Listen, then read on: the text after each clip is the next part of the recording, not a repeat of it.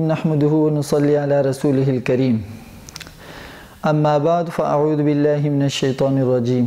وأقيموا الصلاة وقال عليه الصلاة والسلام ركعة الفجر خير من الدنيا وما فيها. یو اهم مسله نن سبا ډېره زیاته چلیږي، هغه د سحر د سنتو مطابق ده چې سحر سنت کول نو په کم ټیم کې کول، بیا که چېرته دا قضا شي یعنې د خپل فرض مونځ نه مخکې ونه کړلی شي سحر، د هغې نه پس کول پکار دي، نه دي پکار. او بیا که هغه ټیم کې ونه کړلی شي په بل وخت کې کول پکار دي که نه دي پکار. عام سنتو دپاره ضابطه قاعده دا ده، مثال په طور د ماسپښین سنت دی، ونه شو د مانځه نه مخکې جو پسې وکړه، لیکن که په ټول وخت کې ونه شو نو قضا یې نشته، د سنتو قضا نشته. خو لیکن د سحر سنت چې دی د دې انتهایی تاکیدات راغلي. انتهایی په اختصار سره یو څو احادیث مونږه مخې ته راوړو. د الله نبی ارشاد دی رکعت الفجر خیر من الدنیا وما فیها، مسند احمد، ترمذی شریف او مسلم شریف. مسلم شریف جلد 1 صفحه 251 کې دا حدیث شریف دی. د الله نبی فرمایي د سحر 2 رکعات سنت د دنیا او په دنیا کې صحیح داغې نه بهتر دي. دویم حدیث شریف ته لا تدعوا رکعتي الفجر وان طردتكم الخيل، آثار السنن صفحه 180، مسند احمد، ابو داود. د ډیرو احادیثو کتابونو کې دا حدیث نقل لې. تاسو د سحر 2 رکعات سنت م پرېږدئ اگر که اسونه په تاسو باندې ګرځي یعنی تاسو چقئ.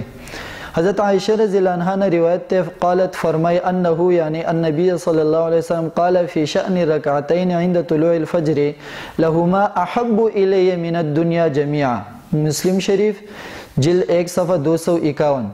عائشہ رضی اللہ عنہ نے روایت تے چې رسول الله صلی الله علیه وسلم د سحر د 2 رکعاتو سنتو متعلق او فرمایل چې دا ماته ډیر زیات د ټولې دنیا نه خوښ دي. دغه شان د حضرت عائشہ رضی الله عنها نه روایت ته چې ان النبي صلی الله علیه وسلم لم يكن على شيء من النوافل اشد معاهده منه على ركعتين قبل الصبح. مسلم شریف جلد 1 صفحه 251.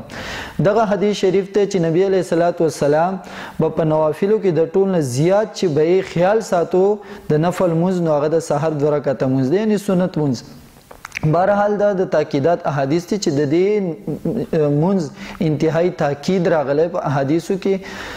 نو چې څومره تاکید راغلی دومره حکم جو تقریبا سختی. لہذا لازمی خبره ده چې د سحر سنت خامخا وکړلی شي، پاتې نشي. د سنتو ټیم څه دی؟ د طلوع صبح صادق نه واخله تر د فرض مانځه پورې دا ټیم دی. اوس که چېرته کې یو کس راغی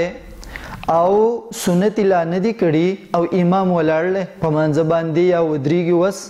آیا دی به اوس څه چل کوي؟ سنت به کوي که ډایرکټ به د امام سره فرضو ته ودرېږي؟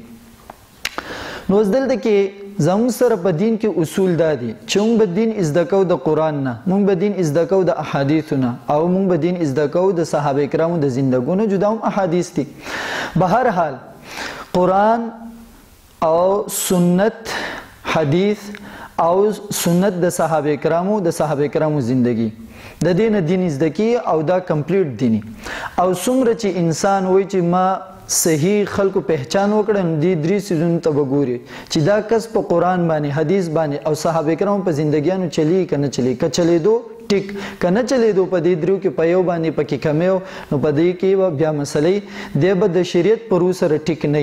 یا که دې مسله بیانوي په دې 3 کې د یو سره تصادم راځي په دې مسله کې بیا په خپله مسله جوړیږي، دا مسله به ټیک نه. اوس به مونږ راځو د صحابه کرامو زندګیانو ته چې هغه د الله د نبی بذات شاګردانو، د الله د نبی په تعلیماتو باندې هغوی ازبر پوه و چې هغو په داسې صورت کې څه عمل کو چې برالو او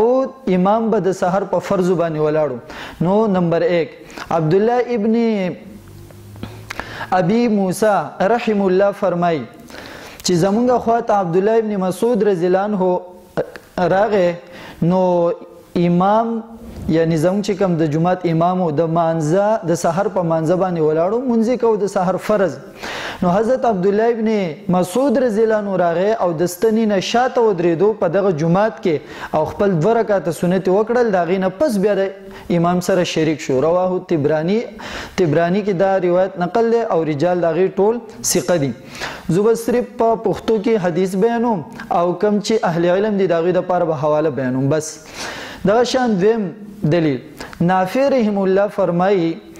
چې حضرت عبدالله ابن عمر رضی الله عنه یو پیره د سحر مانځه لپاره بیدار کړلی شو. نو هغه ټیم داسې و چې د سحر مونځ ولاړو، مطلب د امام ولاړو مونځ شروع شو. نو هغه اول لاغه خپل 2 رکعاته سنت وکړل، د هغې نه پس د امام سره شریک شو. طحاوی جلد 1 صفحه 256. نمبر 3 حضرت ابو عثمان رحم الله فرمایي عبدالله ابن عباس رضی الله عنه هغه په هغه وخت کې تشریف راوړو چې کله امام په مانځه باندې ولاړو د سحر، نو هغه 2 رکعاته نفل لا نو کړي، نو هغه لاړو او د امام د جماعت نه شاته جدا ودرېدو او 2 رکعاته مونځ یې ځانه وکړل سنت، د هغې نه پس بیا راغی او د امام سره شریک شو. دام طحاوي جلد 1 صفحه 256 او سنده صحیح. دا حکم هغې لګولی. دغه شان حضرت عبدالله ابن عباس رضی الله عنهما کوم چې په مستدرک حاکم کې روایت نقل لی جلد 1 صفحه 451 کې چې نماز مونځ به ودرېدو، مونځ ودرېدلی او مونځ وشو د مانځه نه پس د مونځ د ودرېدو په ټیم کې د عبدالله ابن عباس رضی الله عنه راغی او په سنت ودرېدو. نو نبی علیہ السلام دی ونیو او ورته ووی چې تو کم مونځ کې 4 رکعاته مونځ کې؟ نو هغه ورته د الله نبی زه سنت کوم.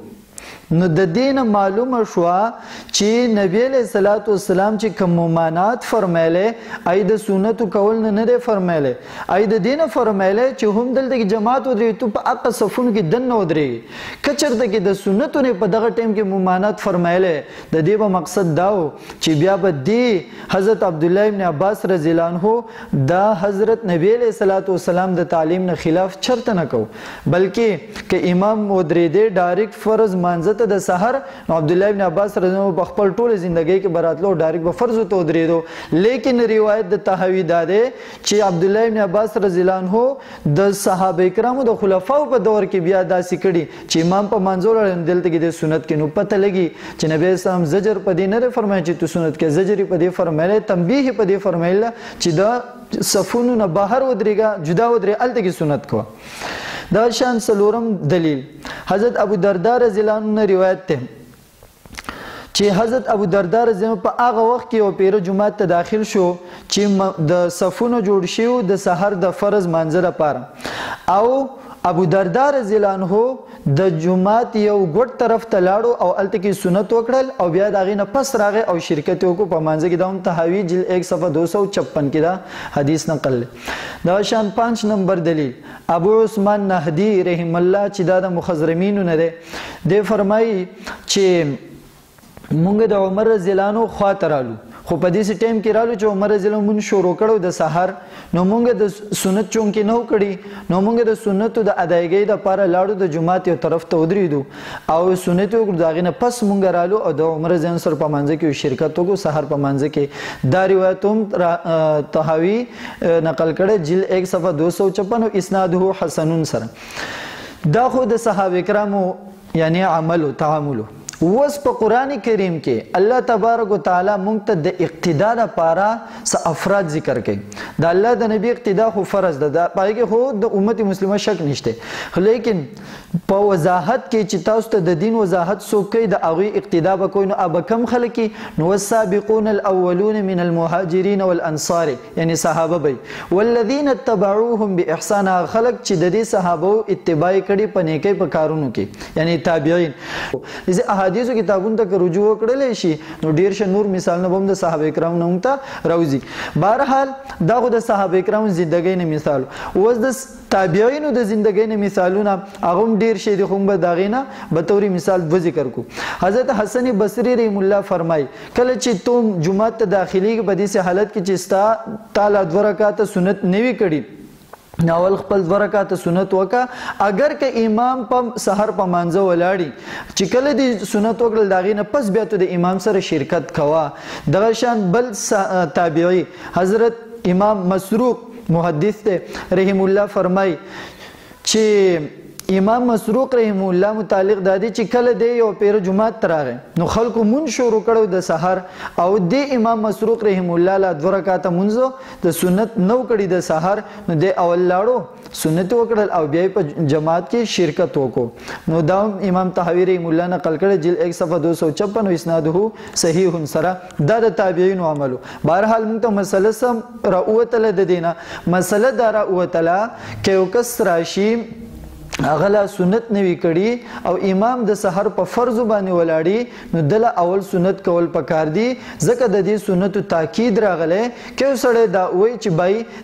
د سحر د مانځنه پس ډایرک متصل سنت وکي نو بهر حال په دغه وخت کې د سنت ادایګي نفي راغله کچته کې ډایرک د فرض مانځنه پس سنت کول وې نو د صحابه کرامو به ډایرک په جماعت کې شرکت کو خدای نه پس په بیا ځان سنت کول کنه ولې به بیا دی جماعت پر خودو اول به سنت کولو بیا راتل. پته لګي د صحابه کرام د دې عمل نه هم چې د سحر د فرض نه پس بیا د سنت ټیم نشته که خامخا یو سړی بیا کوي نو طلوع شمس نه پس په بیا کوي کم چې مکروه ختم شي داغې نه پس. اوس بهرحال زموږ سره مسله وز دا شو سنت بکی څومره ټیم پوری بده په اوله کې سنت کوي چې د ته پته لګي چې زه د امام سره 2 رکعات یا کم از کم قاعده لاندې کولای شم. فرض به پسې نه پریری په سنتو بسې داغه مطلب دا دی چې بالکل کده وي که فرض رانه کیږي ودی شي خو زه به سنت کوم دي سي بنئ بلکې هم به فرض رسي هم به سنت ډبل اجر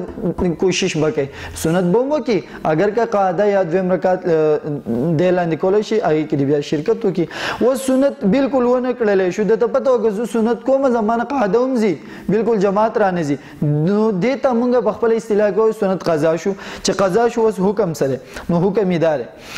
سنن نسائی کې حدیث ته چې رسول الله صلی الله علیه وسلم ارشاد فرمایو د مازیګر د مانځنه پس مونږ نشته تر دې چې نور غروب شي دغه شان د سحر د مانځنه پس مونږ نشته تر دې چې نور راوخیږي دا زموږ سره حدیث ته. وس ترمذی شریف ته ملاړ شو الته کې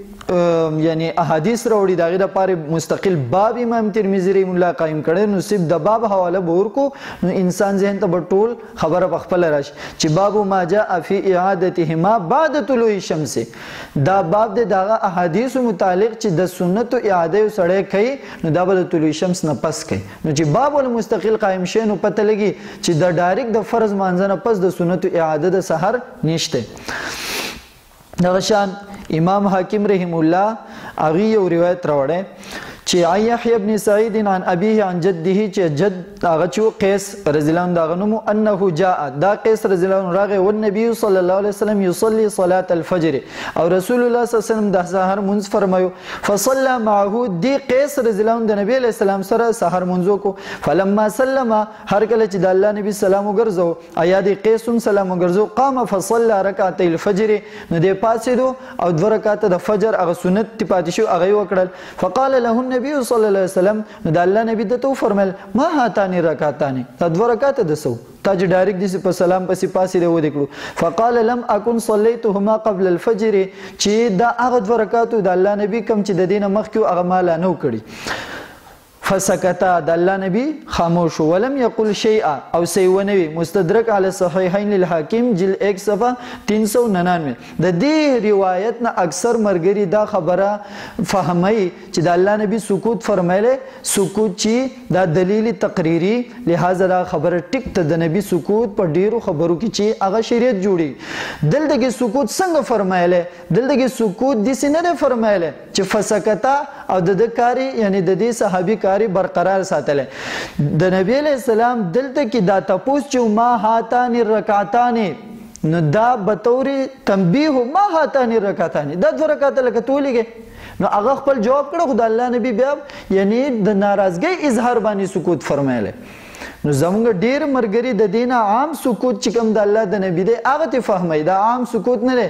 دلیل په دې خبره باندې چې دا عام سکوت نه دلیل په دې خبره باندې د کثیر صحابه کرامو روایت دي چې هغه به د امام سره بیا نو درېدل سوچ به سنت نو کړي کچته کې ډایرکټ د فرض نه پس سنت کول وې نو هغه به ډایرکټ د امام سره ودرېدو داغي مثالونه مخکې په تفصیل سره تیر شو لہذا مسله زموږ سره د سحر د سنت دارا چې اول به سنت خامخا کولی د فرض مانځنه مخکې کې سړی لیټ ټیم راشي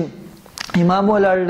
په مانځه باندې د پته را چې زه د امام سره قدرې قاعده لاندې کولی شم نو دی به سنت کوي خو داسې نو چې د امام سره په صفونو کې یو ځای ودري دی به که غټ مسجد یو ګوټ ته دې ودري یا مسجد سره بهر برنډه ده صحن دی هلته دې ودري یا کم از کم د مسجد د دې امام سره چې کوم صفونه جوړ شي دا صفونه دې بهر لږ لري یو طرف ته ودري په دې طریقه به سنت کې بیا ته هم مثال په تور پاتې شوی دی راګرځي نو دا طلوع شمس نه پس چې کله مغرب ټیم ختم شي هغه ټیم کې به راګرځي وما علینا الا البلاغ